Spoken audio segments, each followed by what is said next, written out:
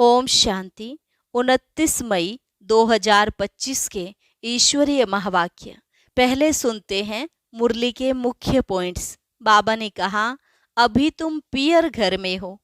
इस ज्ञान से सजकर फिर विश्व के महाराजा महारानी बनेंगे। आधा कल्प तुम अथाह सुख में रहेंगे, तो उस सुख को याद कर रोमांच खड़े हो जाने चाहिए।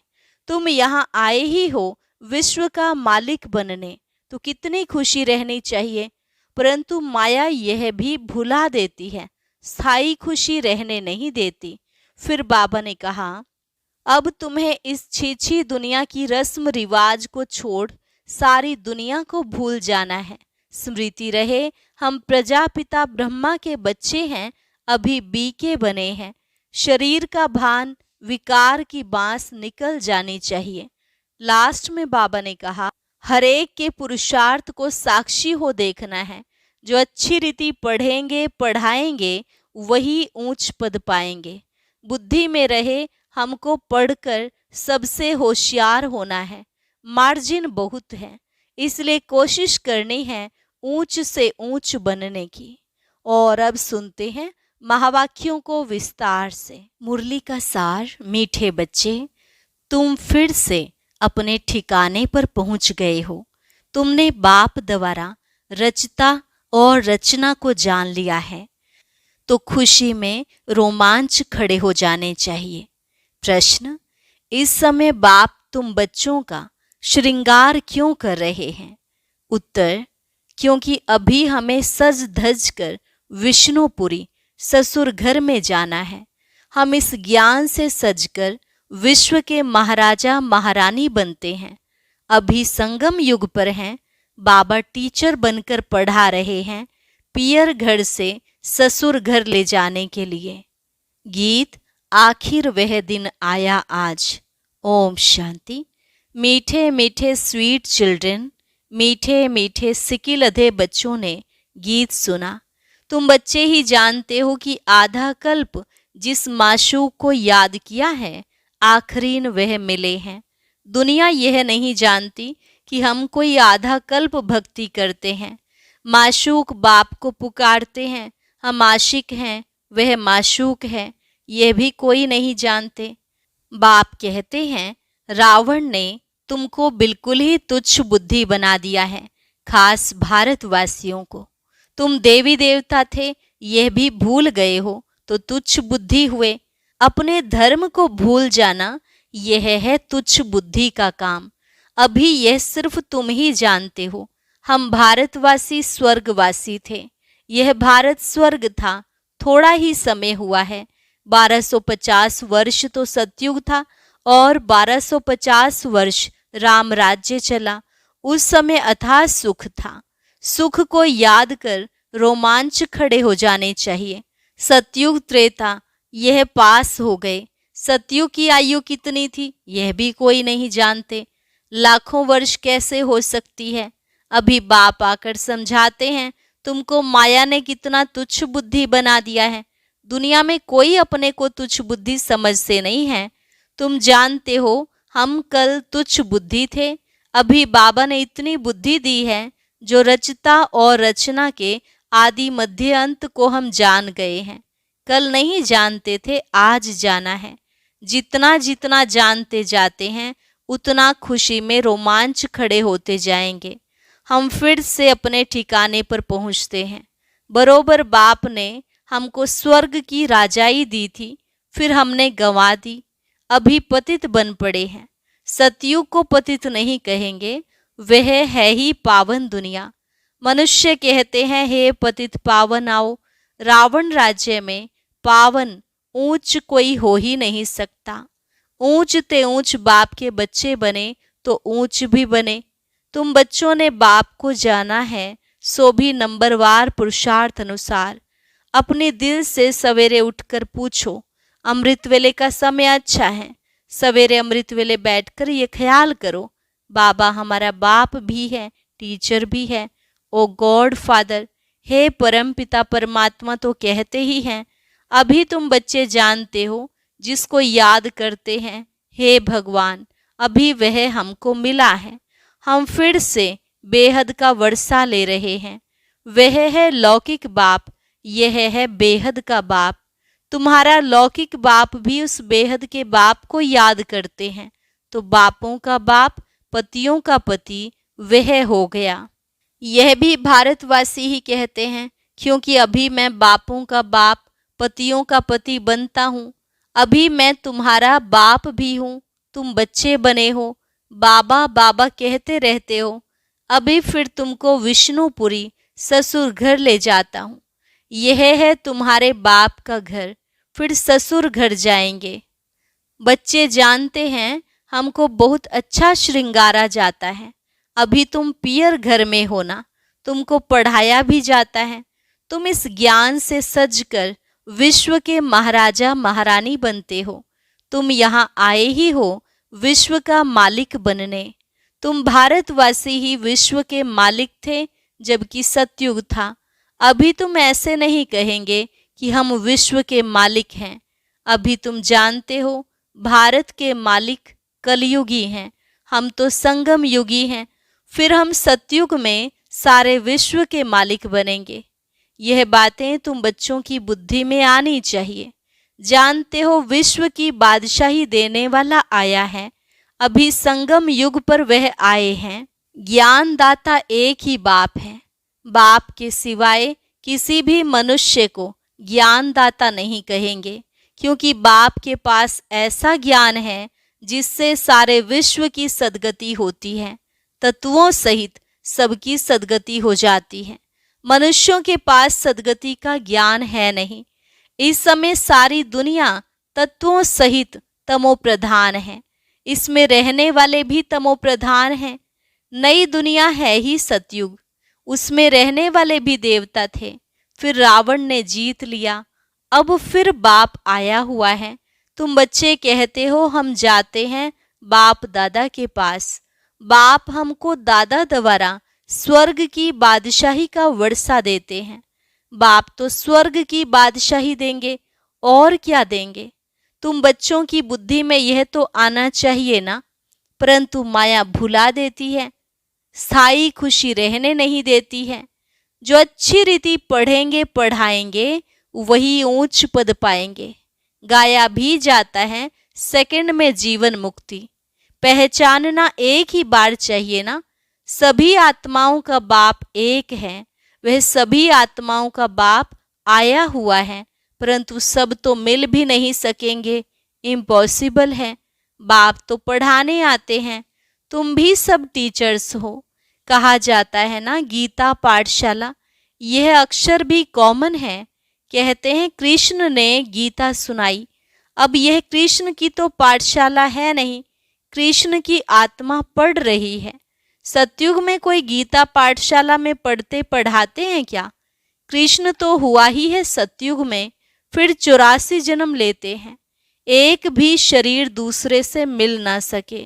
ड्रामा प्लान अनुसार हर एक आत्मा में अपना पार्ट 84 जन्मों का भरा हुआ है, एक सेकंड ना मिले दूसरे से। 5000 वर्ष तुम पार्ट बजाते हो, एक सेकंड का पार्ट दूसरे सेकंड से मिल ना सके। कितनी समझ की बात है। ड्रामा है ना, पार्ट रिपीट होता जाता है। बाकी वह शास्त्र सभी हैं भक्ति मार्ग के।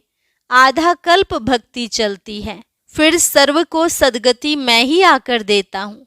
तुम जानते हो 5000 वर्ष पहले राज्य करते थे, सदगति में थे, दुख का नाम नहीं था। अभी तो दुख ही दुख है, इसको दुख धाम कहा जाता है। शांति धाम, सुख धाम और दुख धाम। भारतवासियों को ही आकर सुख धाम का रास्ता बताता हूँ। कल्प कल्प फिर हमको आना पड़ता है। अनेक बार आया हूँ, आता रहूंगा, इसकी एंड नहीं हो सकती। तुम चक्र लगाकर दुख धाम में आते हो, फिर मुझे आना पड़ता है। अभी तुमको स्मृति आई है 84 जन्मों के चक्र की। अब बाप को रचता कहा जाता है। ऐसे नहीं कि ड्रामा का कोई रचता है। रचता अर्थात इस समय सतयुग को आकर रचते हैं। सतयुग में जिन्हों का राज्य था फिर गंवाया, उन्हों को ही बैठ पढ़ाता हूँ। बच्चों को अडॉप्ट करते हैं। तुम मेरे बच्चे हो ना, तुमको कोई साधु संत आदि नहीं पढ़ाते हैं। पढ़ाने वाला एक बाप है जिसको सब याद करते हैं। याद किसको करते हैं? तो जरूर कभी आएंगे भी ना।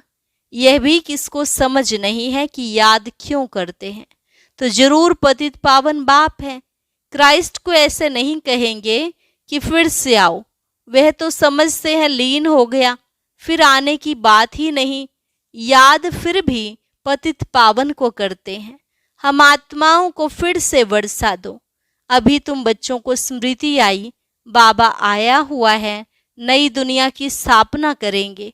वे फिर भी अपने समय पर रजो तमो में आएंगे। अभी तुम बच्चे समझते हो, हम मास्टर नॉलेजफुल बनते हैं। एक बाप ही है जो तुम बच्चों को पढ़ाकर विश्व का मालिक बना देते हैं, खुद नहीं बनते हैं। इसलिए उनको कहा जाता है निष्काम सेवाधारी।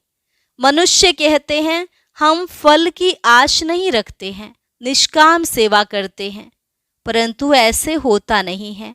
जैसे संस्कार ले जाते हैं उस अनुसार जन्म मिलता है, कर्म का फल अवश्य मिलता है। सन्यासी भी पुनर्जन्म गृहस्थियों के पास लेकर फिर संस्कार अनुसार सन्यास धर्म में चले जाते हैं। जैसे बाबा लड़ाई वालों का भी मिसाल देते हैं। कहते हैं गीता में लिखा हुआ है जो युद्ध के मैदान में मरेगा वह स्वर्ग में जाएगा, परंतु स्वर्ग का भी समय चाहिए ना।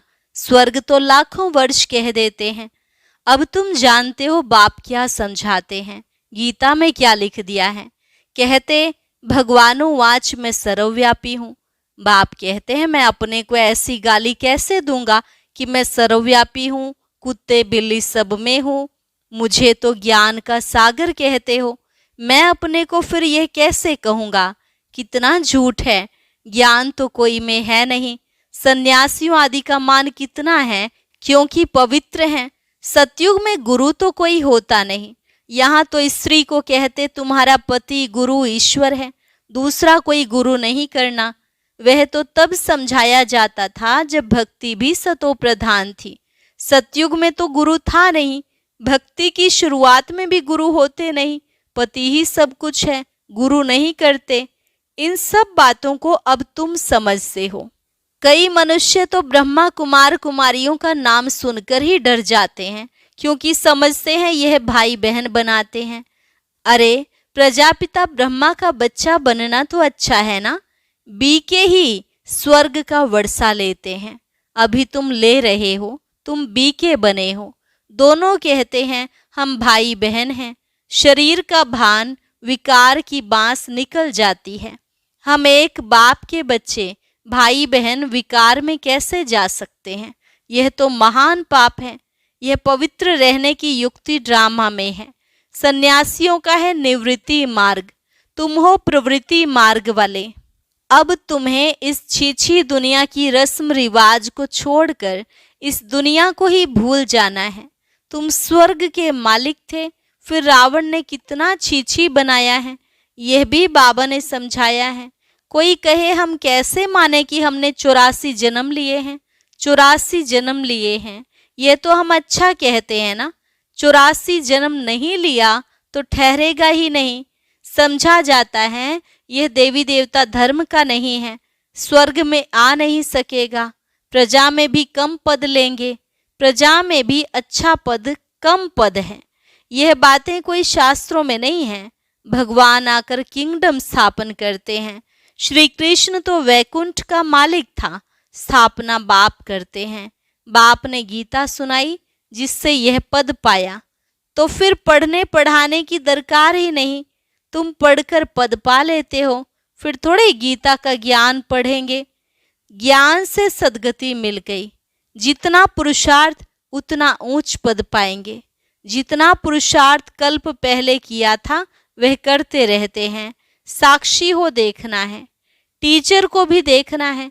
हमने इसको पढ़ाया है, हमको इनसे भी होशियार होना है। मार्जिन बहुत है, कोशिश करनी है ऊंच से ऊंच बनने की। मूल बात है तमो प्रधान से सतो प्रधान बनना है। ये समझने की बात है ना। गृहस्थ व्यवहार में भी रहना है, बाप को याद करना है तो पावन बन जाएंगे। यहाँ सब पतित हैं, इसमें दुख ही दुख है। सुख का राज्य कब था ये किसको पता नहीं है। दुख में कहते हैं हे भगवान, हे राम, यह दुख क्यों दिया। अब भगवान तो किसको दुख देते नहीं, रावण दुख देते हैं। अभी तुम जानते हो हमारे राज्य में और कोई धर्म नहीं होगा, फिर बाद में और धर्म आएंगे।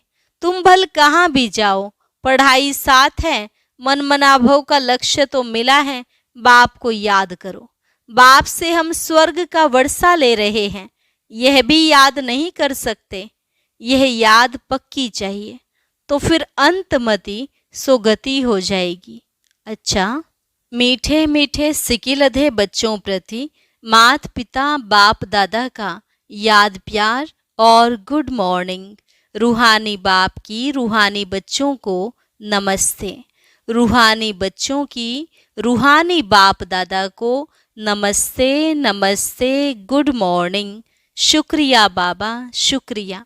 धारणा के लिए मुख्य सार, सवेरे सवेरे अमृत वेले उठ ख्याल करना है। बाबा हमारा बाप भी है, टीचर भी है। अभी बाबा आया है हमारा ज्ञान रत्नों से श्रृंगार करने। वह बापों का बाप, पतियों का पति है। ऐसे ख्याल करते अपार खुशी का अनुभव करना है। हर एक के पुरुषार्थ को साक्षी होकर देखना है। ऊंच पद की मार्जिन है, इसलिए तमो प्रधान से सतो प्रधान बनना है। वरदान, वॉइसलेस की शक्ति द्वारा सूक्ष्म वतन व तीनों लोकों का अनुभव करने वाले श्रेष्ठ भाग्यवान भव। वॉइसलेस की शक्ति द्वारा सूक्ष्म वतन व तीनों लोकों का अनुभव करने वाले श्रेष्ठ भाग्यवान भव।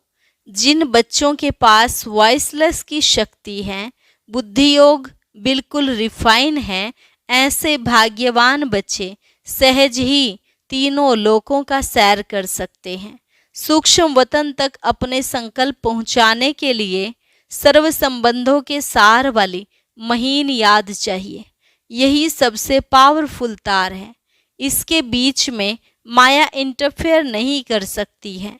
तो सूक्ष्म वतन की रौनक का अनुभव करने के लिए स्वयं को वॉइसलेस की शक्ति से संपन्न बनाओ। स्लोगन, किसी व्यक्ति, वस्तु व वैभव के प्रति आकर्षित होना ही कंपेनियन बाप को संकल्प से तलाक देना है। ओम शांति। अब आज का अव्यक्त इशारा और ज्ञान मोती भी अवश्य सुने।